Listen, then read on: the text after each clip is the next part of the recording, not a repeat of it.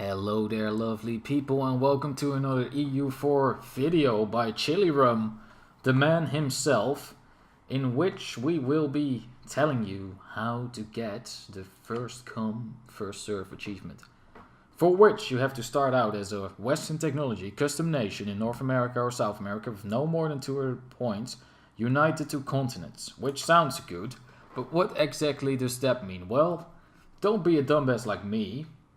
But instead, read the achievement guide first. That's a really good idea, because I was under the impression for a very long time that the only thing you had to do was be the only nation in North America and South America. And wasteland didn't matter, but it does. It does. You need to own every province and have it colonized. Oh, okay. Well, alright. So that makes the dynamic a little bit more interesting, because what does that mean? That means that colonizing everything by yourself is going to be pretty much impossible, even if you get ridiculous colonization modifiers. So you need to find a balance. You need to find a balance between letting these bitchy European powers coming in, colonizing your shit, while at the same time also colonizing yourself, and then taking their colonial nations. Fortunately, when you are based in the Americas and they create a colonial nation and you attack the colonial nation, you won't necessarily get into a war with, for example, Spain themselves. How great! But at the same time, it might still cause problems, because not every province has to be part of a colonial nation. For example, this kind of stuff, right? It's considered in the South American continent, the Galapagos Islands, but I believe it doesn't necessarily belong to any, let me see right here, colonial trade regions. Right, no it doesn't. So, say Spain gets this, now you have to actually attack Spain to get it. But overall the achievement wasn't too bad. I mean, this game was pretty horrible actually, because at the very start of the game, you know what? Let's just get in here right now. At the very start of the game, Castile got a PU over Hungary, as well as Aragon and Naples, of course, but also allied France and Portugal. Which means that initially it's playtime here, but they're gonna make colonies and eventually gonna border you, and they're gonna want to invade you like the European powers always do. So what's going to happen then is Spain's going to go to war with you. And they're going to have France, Aragon, Portugal, Naples and Hungary to go along with them. Which is just complete bullshit. I mean, you shouldn't have to deal with a country like Hungary. Come on. Come on. But let's just, without further ado. Oh wait, we need to see our ideas. What are our idea groups recommended? Just the general shit. Core creation cost minus 10%, idea cost. And military ideas late for when you need them. I mean, if there's still European powers in the continent, good ways to drive them out, get tons of military ideas. This is, I would say in this game, not necessarily needed. This is not on a pretty old patch, by the way, so I don't even know what I was thinking at the time. Diplomatic annexation cost seems not that useful here actually. Infantry compatibility, this is really useful though. And technology cost. But you can only use 200 points, so don't go over the border. So okay, we're doing pretty bad right now, but it doesn't matter. We got everything, so let's just get into it. This is the greatest trick in the bloody game. You know, it doesn't say with how many provinces you're allowed to start. So what you can just do is ditch your capital. And it also doesn't have to be a wasteland province. So just ditch your capital on top of Cusco. That way you won't have to deal with them anyway. And make sure you get a bit of land. This is actually great, because Puno is isolated. So who cares? I can attack Pacajes, Charca, this province, whatever. And then can move up here. Pretty good place to start in my opinion, so don't be tempted to start in Wasteland. Also, what you can do is at the start of the game, you can give actually when you make a custom nation, you can give your ruler, and here you can give them traits. And if you give them negative traits, you actually get some points back. Like when you give them the increased construction cost trait, I don't know which one that is, you actually get some points back, even though you most likely won't be building at the start of the game, therefore you won't suffer any negative effects from it. Also, I highly recommend ditching yourself on some of these provinces because they produce gold, and gold is worth a lot. So let's just get rolling here. Well, it can be a bit faster. So see, this is very easy. You just get into it, conquer all this stuff. I don't know what happened here. Right, but in a couple of years, well, couple of years. Right, but you see my point. It's going pretty quick. You can just get this. Voila! Look at that. I think this is one of my vassals, as well as Quito.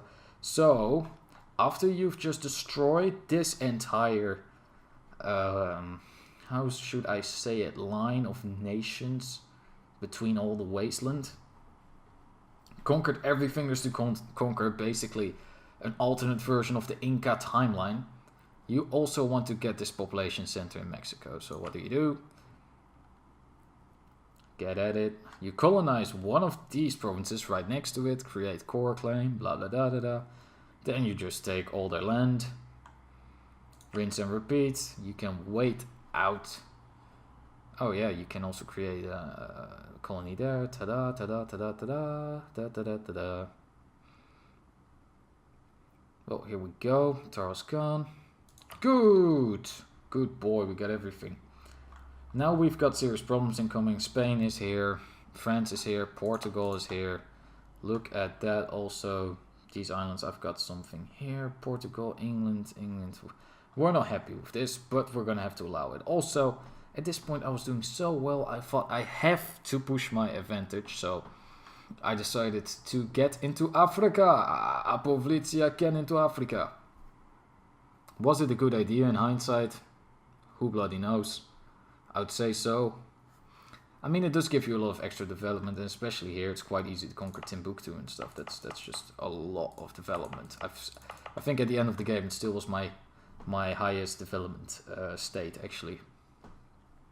But if you want to do this, it can also cost you tons and tons of resources that you have to send to constantly repress rebels, actually. So, but you can just make a colony in Befada, Sierra Leone, create claims, conquer this. So this is the start. Also, my idea was to get into here. I mean, I did this. What's this? Easter Island, I bet. So you can use this as a bridge to Australia, New Zealand, which is pretty good development, both of them, and also to satisfy my pathological need to always milk these Southeast Asian nations from their money, especially Ternate, Tidore, Bhutan, and this stuff, which is normally Makassar, but Luwu won!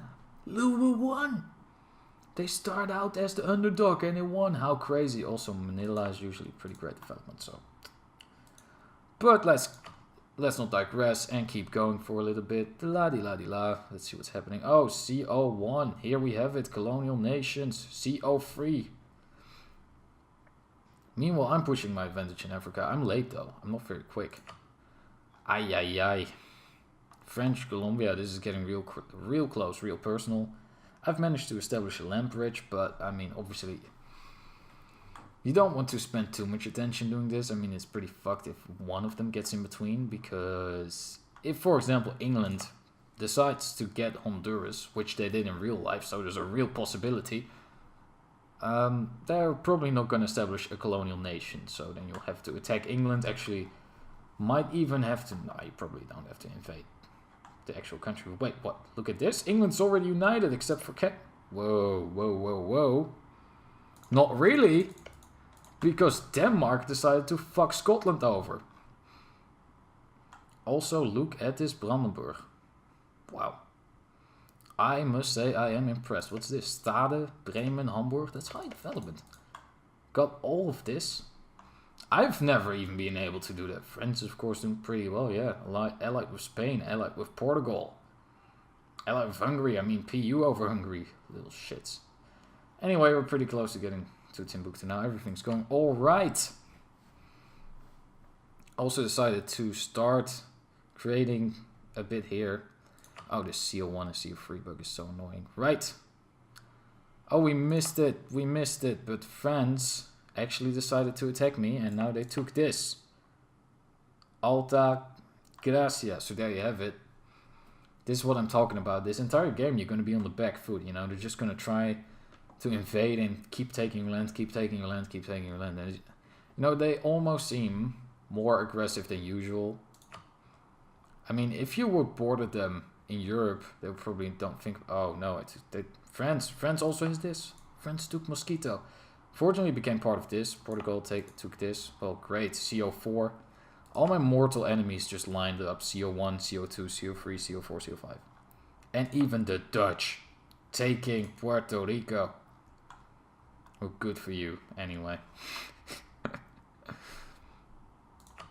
Always the bloody Dutch. Oh, and now they're in the Americas. North America, as well as this. Oh, look at that. I'm taking this, right? Yes. If Portugal creates a colonial nation, just take it. Just take everything. Just take as much as you can. CO8, you should just be invading these nations constantly here and there. Apovitia, nice. Nice, nice, nice. So here I took France's bloody colony. But as you can see, it's harder than you think. For example, this is one of these provinces I was talking about. The Falklands. What a nightmare. And you gotta have everything. You gotta have everything. So just keep going. But you gotta get a little bit of help, right? You can't just, you need the other nations to colonize for you. CO6, CO8, CO6, probably some British colonial nations. You have to be patient though. Look at this. This is a nightmare. Just to explain the entire thing, now they're colonizing this, which means to get this province, this 1, 2, 3, 4 can never create a colonial nation ever, and I'll have to attack them to get it. Fortunately, it's, oh yeah, also I lost this to Britain. Thank you, Britain. Now my African kingdom is divided. Thanks a lot. Well, actually, I'll gladly take it as long as I can like remain doing well in America. Also, look at this. I took Australia, just block this off. This is also pretty good development. Well, actually, these aren't. These, the coastal ones are. New Zealand. I have the island that actually matters, the Northern Island. Isn't that right? Also Sulawesi, took Ternate, a lot of Filipinas, up to Manila. And Palawan, the island with the most beautiful beaches in the world. Or so here. Oh, look at this disgusting Ming. Wow. This is 1751. I've never seen Ming actually with such a massive boner for conquering. What's this? I mean, they're all the way in India, man. Orissa. Ottomans also looking disgusting. Let's keep going. Right, so you take the land. So this is, I think, the point where I realized... Alright, this is just wasteland. So, okay, I got that. This is the point where I realized that, oh shit, you don't just have to be the only nation, but you actually have to get every province. And look at how many provinces this are. With 50 years to go in the game, 2 here. Lot. So, what you do is what every reasonable player would do. You just take out massive loans to establish more colonies than you have colonists. Great idea, you just keep going. What a rush. There we go, fill this stuff in. Also, you have no colonial nations to help you out because obviously your capital is already here. But as we see, I'm figuring it out with 2 to go. 3 to go. And there we are, just before the 1800 mark. Also conquered this back a little bit. Revolutionary Ottomans, the one thing everybody fears. They're even into India. India is so divided between China and the Ottomans. This is horrible. This is just horrible. Fortunately, I take this. And this is where we're now. Everybody is just fucking over Ottomans in succession. How great, how great. Well, this has certainly been a fun episode, I would say. Brandenburg hasn't really... Oh yeah, they took Denmark and a bit of Norway. Great. Even decided to move into Iceland, take this and Shetland, and also take a bit of Ireland, just because we could, which was actually quite a lot of development and quite fun. So this is where we're now. Yeah, again, it's not too hard. Just